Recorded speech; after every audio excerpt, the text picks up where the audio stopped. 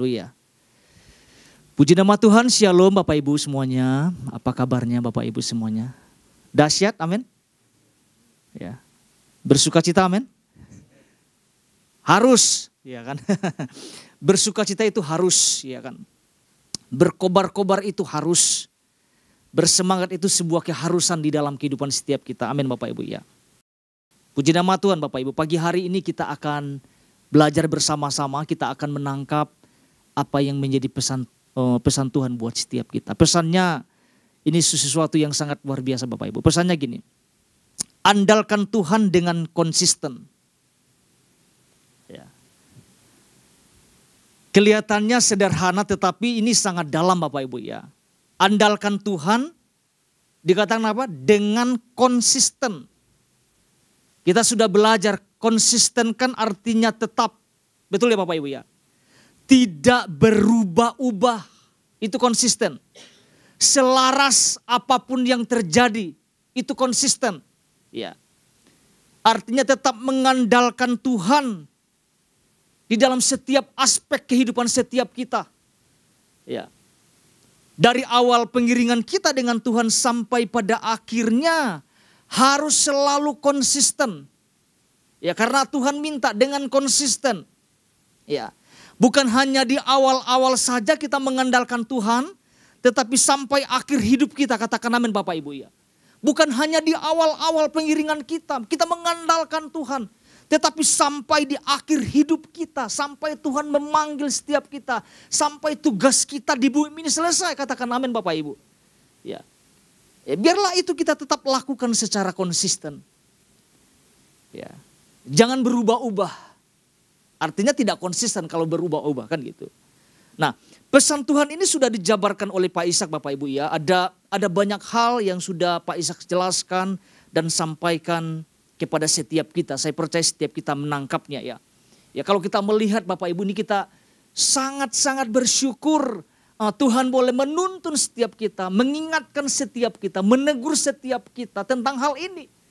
Ya. Karena kalau kita lihat lagi kehidupan setiap kita Bapak Ibu masing-masing.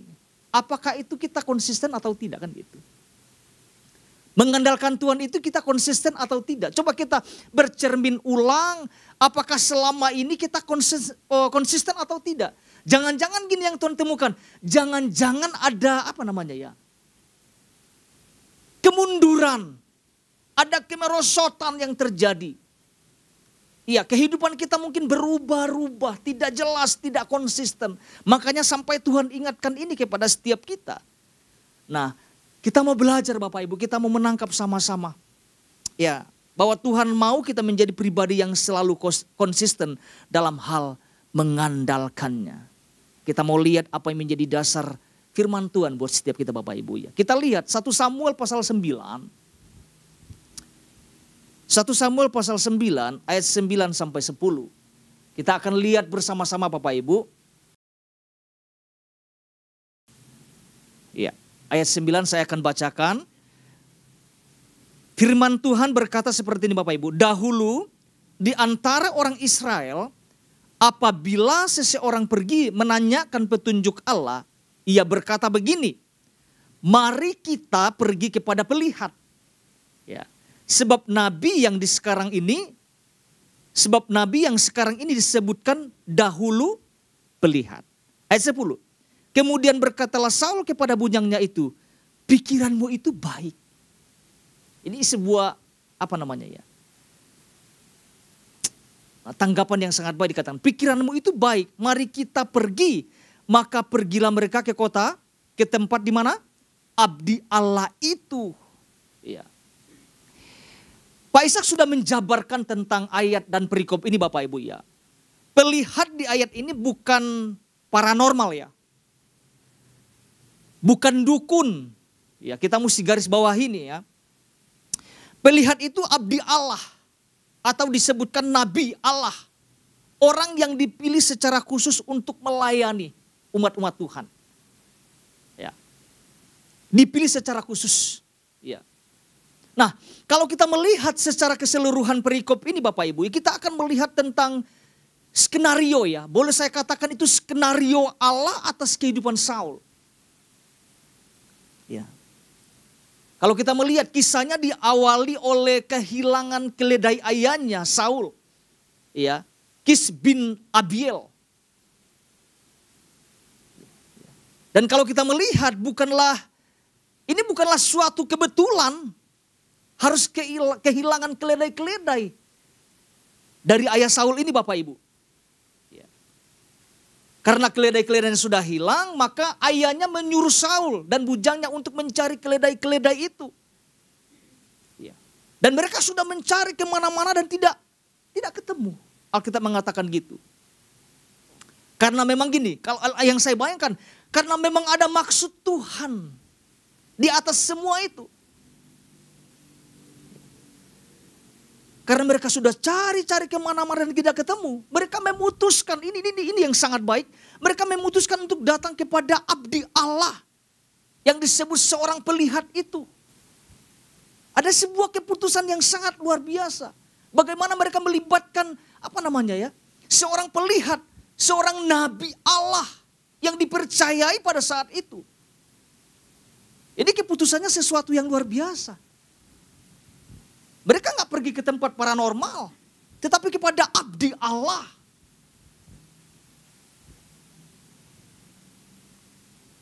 Waktu mereka sedang menuju tempat di mana abdi Allah itu tinggal, Bapak itu berada. Kita perhatikan bahwa di sisi lain Tuhan sudah berbicara kepada Nabi Samuel. Ya. Dikatakan nanti besok kira-kira di waktu yang sama, Nabi Samuel ini harus mengurapi Saul. Wow. Sebagai apa? Sebagai raja atas orang Israel. Ya, tentu ini berdasarkan pilihan Tuhan sendiri ya. Dan tentunya Tuhan memilih itu tidak sembarangan orang. Nah, pastilah orang yang memiliki standar Allah. Ya, memiliki persyaratan. Ya, memenuhi kualifikasi. Enggak sembarangan. Ternyata satu hari sebelumnya Tuhan sudah memberikan perintah. Tuhan sudah berbicara kepada Nabi Samuel bahwa nanti ada seorang anak muda yang Samuel akan urapi. Nantinya akan menjadi seorang raja bagi Israel.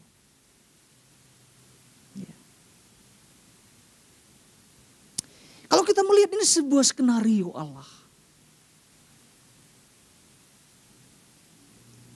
Tanpa dipikirkan mungkin juga Saul akan menjadi seorang raja. Tetapi lewat hilangnya keledai itu membuat ternyata perjalanan itu membawa dia menjadi seorang raja yang Tuhan urapi. Begitu dahsyat bagaimana Saul ketika keledai ayahnya hilang, mereka harus datang kepada abdi Allah untuk menanyakan. Ini kan sesuatu yang luar biasa. Betapa kehidupan spiritual rohaninya itu begitu dahsyat dan luar biasa. Tetapi sesudah menjadi raja Bapak Ibu, kita bisa melihat tentang perjalanan Saul. Lama kelamaan mulai tidak ada keselarasan dengan Tuhan. Mulai tidak konsisten mencari Tuhan. Mulai ada kemunduran. Mulai memelihara ambisi diri sendiri. Mulai ada kebencian yang terus dipupuk di dalam kehidupannya. Sehingga dikatakan apa? Sehingga roh Allah dikatakan undur dalam kehidupan Saul. Nah, kalau dikatakan roh Tuhan sudah undur, artinya sudah selesai Bapak Ibu ya. Sudah tidak ada tuntunan. Dan itu bisa terjadi di dalam kehidupan setiap kita hari-hari ini.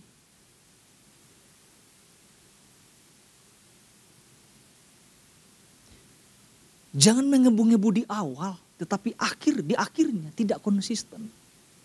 Harusnya dilakukan secara konsisten. Nanti kita akan belajar Bapak Ibu. Itu sesuatu yang sangat fatal ketika roh Tuhan undur dari kehidupan seseorang. Saya bisa membayangkan kalau nggak ada tuntunan Tuhan, selesai kita hidup. Apa bedanya kita hidup dengan orang-orang di luar yang tidak percaya kepada Kristus? Tidak ada tuntunan, tidak arah yang jelas. Sehingga apa? Dipenuhi dengan kebencian. Terus dipenuhi dengan kebencian. Itu yang menjadi fokusnya. Ya. Jangan sampai itu terjadi di dalam kehidupan setiap kita. Pesan ini mengajarkan kita supaya kita punya konsistensi dalam hal mengiring Tuhan. Dalam hal mengandalkan Tuhan. Inilah yang Tuhan ingatkan di dalam inti pesannya Bapak Ibu ya. Saya akan bacakan buat setiap kita. Mari kita perhatikan sama-sama. Kita simak, memberikan telinga kita untuk mendengar pesan Tuhan ini. Apa yang Tuhan sampaikan ini buat setiap kita semua Bapak Ibu. Dikatakan gini, pentingnya menjaga grafik kekonsistenan pengiringan kita kepada Tuhan. Tetap rendah hati dan mengandalkan Tuhan di setiap langkah. Bayangkan di setiap langkah. Tidak boleh gegabah. Tidak boleh kerasak krusuk. Tidak boleh tidak matang untuk memikirkan sesuatu. Ya. Dikatakan seperti Saul di masa-masa awal ketika ia bersama bujangnya mencari keledai-keledai ayahnya. Diangkatnya Saul menjadi raja sebetulnya adalah kesempatan yang Tuhan berikan dalam hidupnya. Dalam rangka menjawab seruan bangsa Israel yang ingin memiliki seorang raja seperti bangsa-bangsa lain. Bayangkan bangsa Israel sebetulnya bentuk pemerintahannya sudah teokrasi. Di mana yang menjadi rajanya adalah Tuhan sendiri. Melalui para hakim yang ditunjuk Tuhan.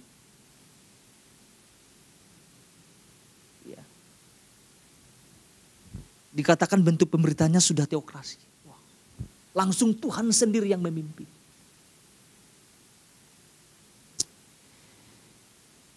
Dan mari kita sama-sama Bapak Ibu merenungkan. Tuhan minta kita menjadi pribadi-pribadi yang konsisten. Di dalam hal mengandalkan dan mengiring Tuhan. Ada dua hal yang disampaikan oleh Pak Ishak. Secara cepat saya akan bacakan Bapak Ibu. Yang pertama, jangan kehilangan rasa aman. Jangan kehilangan rasa aman atau jangan menjadi pribadi yang insecure. Udah dijelaskan oleh Pak Ishak tentang rasa aman ini. Yang kedua, jangan kehilangan keberanian untuk membayar harga. Ini sangat bahaya. Kehilangan keberanian ini bahaya di dalam kehidupan setiap kita. Bayar harga itu sesuatu yang sangat penting. Nah pagi hari ini Bapak Ibu, kita akan belajar bersama-sama dua hal agar kita menjadi pribadi yang konsisten dalam hal mengandalkan Tuhan atau mengiring Tuhan.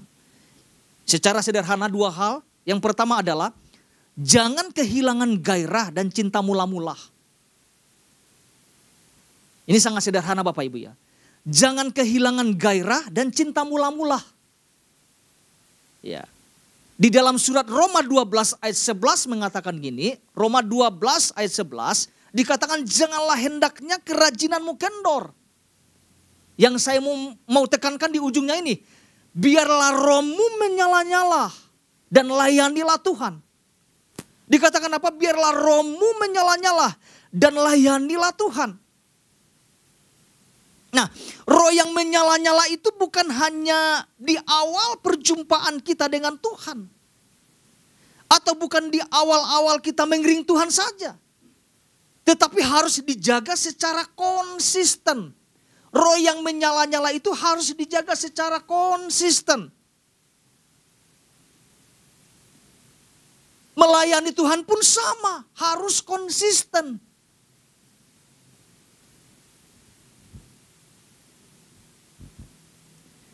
Bahkan grafiknya harus meningkat. Ya, melayani Tuhan itu grafiknya harus meningkat, nggak boleh turun. Ya. Karena di dalam 1 Korintus pasal 15 ayat 58 dikatakan haruslah giat melakukan pekerjaan Tuhan. Ya, kata giat itu harus konsisten. Giat itu selalu melakukan terus-menerus secara konsisten. Seperti apa contohnya? Seperti kehidupan pelayanan Rasul Paulus.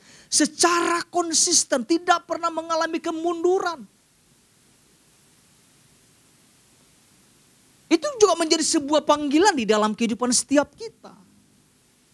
Ya. Dikatakan biarlah rohmu menyala-nyala dan layanilah Tuhan. Kalau seseorang rohnya tidak menyala-nyala, maka tidak akan bisa konsisten. Karena tidak bergairah. Bagaimana mau konsisten mengandalkan dan mengiring Tuhan kalau rohnya tidak bergairah, tidak menyala-nyala, tidak berkobar-kobar.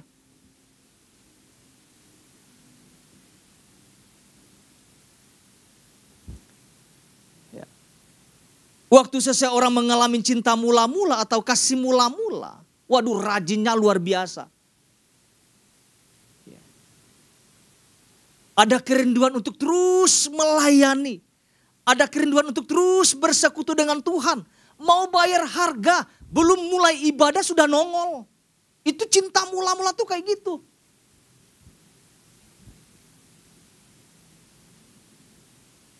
Dari jauh mau jalan kaki untuk datang kepada Tuhan.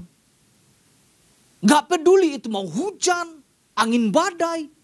Namanya sudah jatuh cinta, ala cinta mula-mula. Apa saja dilakukan. Macet tetap berangkat karena memang lagi cinta-cintanya kan gitu. Tetapi apakah itu dilakukan secara konsisten atau tidak kan gitu. Itu pertanyaan buat setiap kita. Buat pertanyaan buat saya sendiri Bapak Ibu. Apakah itu tetap kita jaga secara konsisten atau tidak kan gitu. Ya. Ketika Tuhan sampaikan pesan ini, jangan-jangan ini yang Tuhan temukan. Tidak sedikit dari umat Tuhan hari-hari ini mulai tidak konsisten. Melayani, apa itu melayani? Oh gak perlu melayani. Dulu mah saya rajin melayani, sekarang mah biasa-biasa saja. Itu tidak konsisten.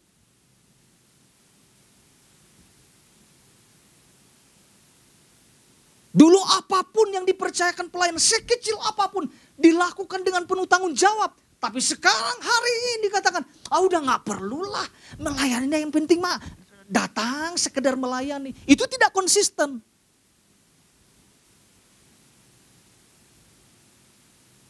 Mulai muncul arogansi. Tidak mau dengar teguran, tidak mau diingatkan. Tidak mau dinasehati, tidak mau diarahkan. Mungkin Bapak Gembala menegur kita, oke, dalam keadaan apapun tetap melayani Tuhan ya. Tapi ada orang-orang yang memilih untuk tidak melayani Tuhan. Itu tidak konsisten. Konsisten apapun situasinya. Baik atau tidak baik. Konsisten. Tetap berkobar-kobar, tetap melayani pekerjaan Tuhan. Itu konsisten. Ada perintah, ini saya mungkin agak keluar ya. Tuhan kan berikan persembahan, memberikan perpuluhan. Konsisten enggak kita anak-anak Tuhan melakukannya? Jangan karena maraknya ajaran-ajaran yang muncul yang tidak sesuai dengan firman Tuhan. Oh itu benar, itu benar. Mulai mengalami kemunduran. Apa benar ya? Apa benar ya? Melihat itu miris. Mulai orang abu-abu ini ngasih enggak ya? Ngasih enggak ya? Oh kasih, Tuhan bilang itu perintah. Itu bentuk sebuah ketaatan kita karena kita mengasihi Tuhan. Kita memberi bukan supaya Tuhan nanti kita kasih kekayaan buat setiap kita, tidak. Tuhan sudah melakukan itu, sudah memberkati kita jauh-jauh hari di dalam kehidupan setiap kita. Masa kita hitung-hitungan sama Tuhan? Ya. Untung Tuhan mintanya 10%. Kalau 90% bagaimana? Dia punya hak untuk memutuskan itu. Kalau nggak taat, cabut nyawamu ya. Kadang-kadang ada ajaran-ajaran yang membuat kita jadi abu-abu, jadi ambigu gitu. Sehingga membuat roh kita itu nggak menyala-nyala. Melayani Tuhan itu menjadi sesuatu, kan udah banyak orang yang melayani, terus saya bagian apa? Aduh, ada banyak hal.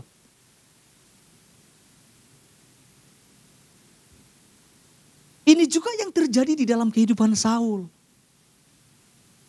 Di awalnya begitu dahsyat dan luar biasa. Dikatakan Alkitab penuh roh Allah. Bahkan Alkitab menjelaskan bahwa Saul berubah menjadi manusia yang lain. Ya, dan bahkan bisa disebut seperti nabi. Yang juga disebut bisa bernubuat. Wow, itu dahsyat banget. Tetapi di akhir-akhir kehidupannya mulai mengalami yang namanya kemunduran, mulai tidak konsisten cari Tuhan. Pertanyaannya, mengapa sampai roh Allah itu undur dalam kehidupan Saul? Karena pembiaran. Katakan pembiaran Bapak Ibu. Pembiaran. Karena memang mulai tidak bergairah dengan Tuhan. Mulai tidak ada ketaatan di dalamnya. Mulai sombong, mulai arogansi. Ya, salah satu contohnya dibilang gini, tumpas semua orang Amalek. Tumpas kata Tuhan. Tumpas, jangan ada yang sisa. Disisain. Raja Agag disisain. Tuhan marah di situ. Dan apa yang terjadi? Saul harus membayar harganya. Dia harus kehilangan roh Allah di dalam kehidupannya. Saya percaya di dalam kehidupan setiap kita tidak ada yang mau yang namanya kehilangan roh Allah di dalam kehidupan setiap kita. Itu harus bayar mahal. Saya bisa membayangkan ketika tidak ada pimpinan Tuhan di dalam kehidupan seseorang. Waduh, gak jelas tuh arahnya nanti. Yang muncul tuh kebencian.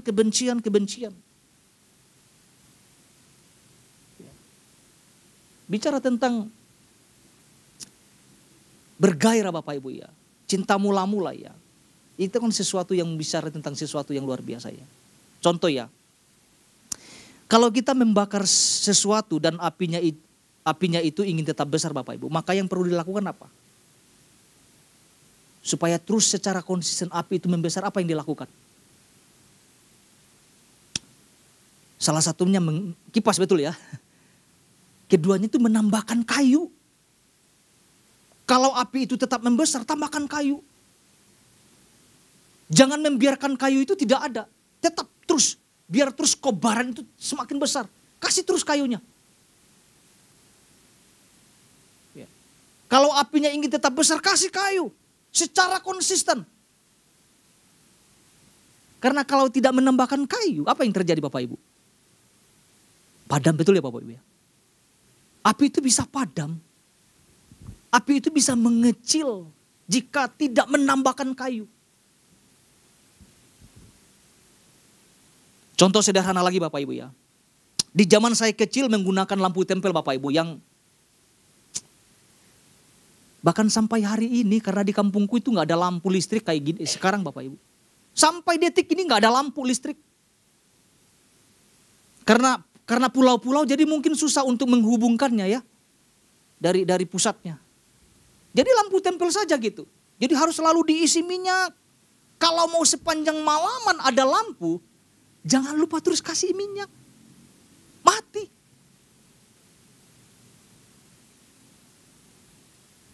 Ya. Mungkin kita lebih pahamnya lampu strongkeng ya. Kalau Natalan Bapak Ibu ya, kalau nggak ngasih minyak, aduh, itu cuma 3 jam, 2 jam itu juga habis. Kalau nggak tambah minyak, mati gelap. Hidup kita sama. Kalau kita nggak mengandalkan Tuhan terus menerus di dalam kehidupan setiap kita, lama-lama juga kita mati, padam.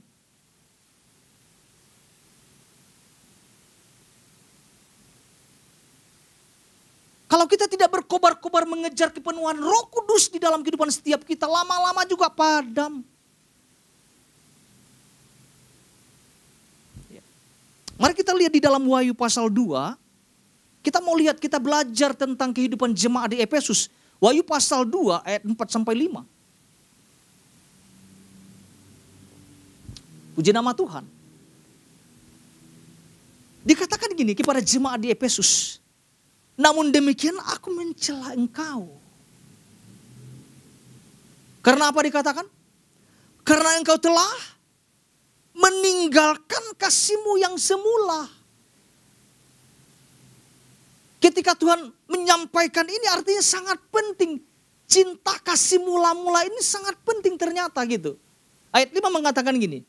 Sebab itu ingatlah betapa dalamnya engkau telah jatuh. Bertobatlah dan, nah ini yang saya mau tekankan, lakukanlah lagi. Apa yang semula engkau lakukan. Apa itu? Ya cinta mula-mula itu yang berkobar-kobar itu. Ada perintah agar mereka kembali melakukan apa yang semula mereka lakukan. Mereka kehilangan kekonsistenan. Tidak konsisten. Dalam hal apa kita bisa lihat nanti. Kalau masalah rajin, wah jemaat ini rajin banget Bapak Ibu. Ngomong tentang sabar dalam penderitaan, mereka sangat sabar. Tuhan sampaikan itu. Bahkan mereka memiliki ketajaman untuk membedakan mana yang rasul yang benar, mana yang tidak. Tetapi ada sesuatu yang mereka lupakan. Mereka meninggalkan kasih yang mula-mula. Jadi kasih yang mula-mula itu penting gak Bapak Ibu? Penting banget. Itu kobaran api yang awal itu dahsyat loh.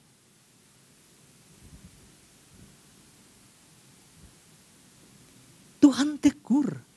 Karena hal-hal sesuatu yang anggap sepele. Karena mereka meninggalkan kasih yang mula-mula. Mereka hanya memperhatikan apa yang di luar. Mereka sabar menderita. Mereka tekun melakukan sesuatu. Tetapi gini, mereka lupa sesuatu yang inti. Kalau disimpulkan mereka kehilangan cinta sama Tuhan. Saul ngalamin itu. Awalnya cinta, lama-lama tinggalkan. Awalnya nanya Tuhan, awalnya melibatkan Tuhan. Lama-kelamaan tidak lagi melibatkan Tuhan. Tidak lagi mengandalkan Tuhan dalam kehidupannya. Akhirnya ending kehidupannya adalah sesuatu yang menyedihkan. Dan Tuhan ingatkan ini kepada setiap kita. Jangan sampai kita kehilangan gairah dan cinta mula-mula kepada Tuhan. Biarlah itu kita lakukan secara konsisten di dalam kehidupan setiap kita. Yang kedua, secara cepat Bapak Ibu, yang kedua adalah jangan kehilangan iman dan tujuan. Nah ini juga penting Bapak Ibu. Jangan kehilangan iman dan tujuan. Karena gini, kehilangan iman dan tujuan membuat seseorang tidak terarah dan tidak konsisten dalam banyak hal. Contoh, Saul fokusnya bukan lagi mengejar perkenanan Tuhan. Tetapi berambisi untuk membunuh Daud loh. Itu aja. Akhir-akhir hidupnya itu saja yang dia lakukan. Tidak ada yang dia lakukan selain memburu Daud. Kita bisa lihat lagi Bapak dalam suatu pertempuran ketika menghadapi bangsa Filistin. Ada sesuatu yang Saul lakukan yang sangat tidak yang melanggar ketentuan yang telah dibuat oleh Tuhan gitu ya. Pada saat itu, pada masa itu Bapak Ibu ya, ini kan bangsa Filistin kan mau nyerang nih. Waduh, musuh tuh udah mulai menekan mereka. Ya, akhirnya prajurit Israel ini kocar-kacir, kabur. Ya karena mungkin Samuel kok lama sekali datangnya. Akhirnya apa? Dia mempersembahkan korban yang bukan tugasnya loh. Tujuannya benar, mempersembahkan korban supaya dapat pertolongan Tuhan. Tetapi caranya kan salah. Harusnya yang mempersembahkan korban adalah Nabi Samuel. Tetapi karena desakan musuh, membuat gini, Saul berinisiatif. Aduh ngapain lama-lama, ngapain nunggu-nunggu Samuel ya. Udah aku saja yang melakukannya. Akhirnya apa? Saul melakukannya. Dan ketika Samuel datang, aduh Samuel tuh marah. Samuel menegur apa yang dilakukan Saul itu sesuatu yang sangat tidak benar. Dari situ kita bisa melihat mulai mulai tidak konsisten, mulai kendor, mulai tidak melibatkan Tuhannya sudah benar. Tapi cara-caranya yang dilakukan itu dia tidak benar gitu. Tujuannya sudah benar. Supaya mengandalkan Tuhan dengan mempersembahkan korban itu. Supaya ada kemenangan yang terjadi. Tetapi caranya lihat salah. Saul tahu sebetulnya. Kadang-kadang gini, tekanan membuat kita, situasi membuat kita menjadi pribadi yang gak konsisten. Kadang-kadang kita suka ngambil keputusan langkah sendiri tanpa melibatkan Tuhan dengan cara-cara yang benar. Wah, kita pakai cara kita. Padahal kita sedang melanggar langkah-langkah itu.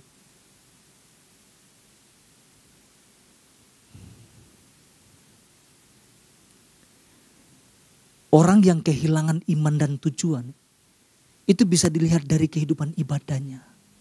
Itu sangat bisa dilihat. Dari mana kita bisa tahu?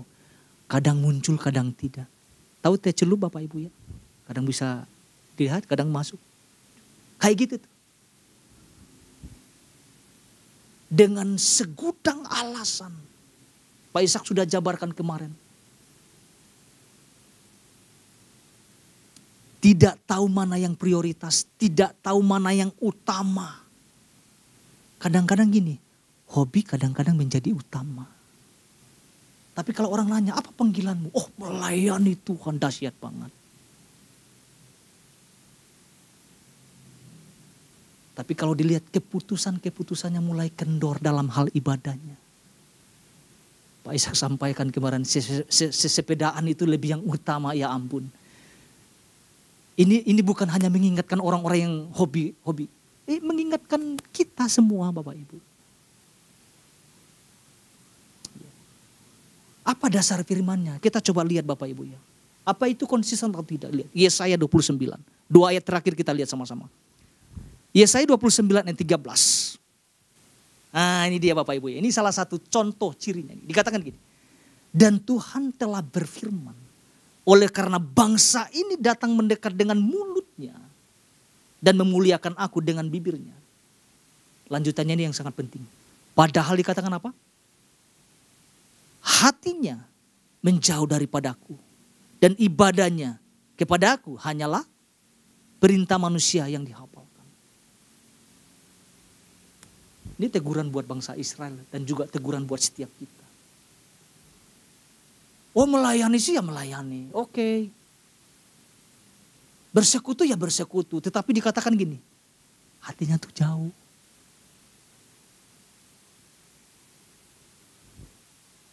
Hatinya gak melekat. Hanya dilakukan sebagai rutinitas, supaya terlihat rohani saja.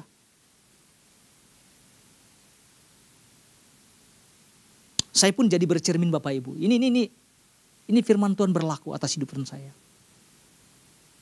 Jangan sampai Tuhan menemukan saya juga seperti itu gitu. Mulutmu dikatakan bibirmu menyembah tapi hatimu jauh. Gitu loh. Ini menjadi sebuah perenungan buat pribadi saya sendiri Bapak Ibu. Bagaimana kita harus menjaga kekonsistenan dalam hal beribadah, melayani Tuhan, melakukan sesuatu di dalam kehidupan setiap kita. Sebagai ayat terakhir, Injil Matius 15. Itu menegaskan apa yang tercatat di dalam Yesaya tadi Bapak Ibu ya. Matius 15 ayat 7 sampai 9. Matius 15 ayat 7 sampai 9. Kita lihat sama-sama ini Bapak Ibu. Dikatakan hai orang-orang munafik. Ini menegaskan apa yang tertulis di dalam Yesaya tadi. Benarlah nubuat Yesaya tentang kamu. Apa yang dikatakan? Bangsa ini memuliakan aku dengan bibirnya. Padahal hatinya jauh apa? Daripada aku. Ini bicara tentang apa Pak Ibu? Tidak konsisten. Konsisten itu harusnya samakan. Ya, apa yang mulutnya katakan kita sedang menyembah Tuhan, hatinya pun harus menyembah gitu maksudnya gitu. Bukan bibirnya menyembah tapi hatinya menjauh. Ini sebuah teguran gitu buat setiap kita. Dikatakan percuma ayat 9, mereka beribadah. Dikatakan percuma loh. Percuma mereka beribadah kepadaku, sedangkan ajaran yang mereka ajarkan ialah perintah manusia. Supaya sesama anggota tubuh Kristus, oh rajin ya, padahal hatinya lagi menjauh. Wah hebat dia datang beribadah ya, padahal hatinya sedang menjauh. Kita mesti belajar kepada pribadi satu ini Bapak Ibu. Daniel. Semakin dia ditekan, semakin dia dilarang jangan beribadah kepada Tuhan, semakin dia beribadah kepada Tuhan. Semakin ditutup jalannya untuk beribadah, semakin dia mengejar Tuhan. Itu secara konsisten dilakukan. Ada harga yang harus dibayar enggak? Ada harga yang harus dibayar. Itu sangat mahal. Apapun harganya dia bayar.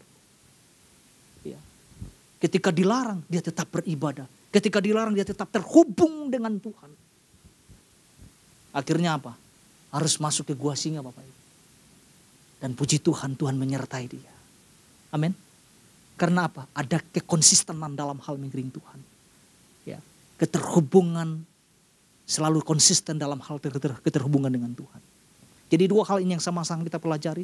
Yang pertama jangan kehilangan gairah dan cinta mula-mula. Ini secara konsisten kita harus sama-sama Bapak Ibu ya. Yang kedua, jangan kehilangan iman dan tujuan. Tuhan Yesus memberkati setiap kita.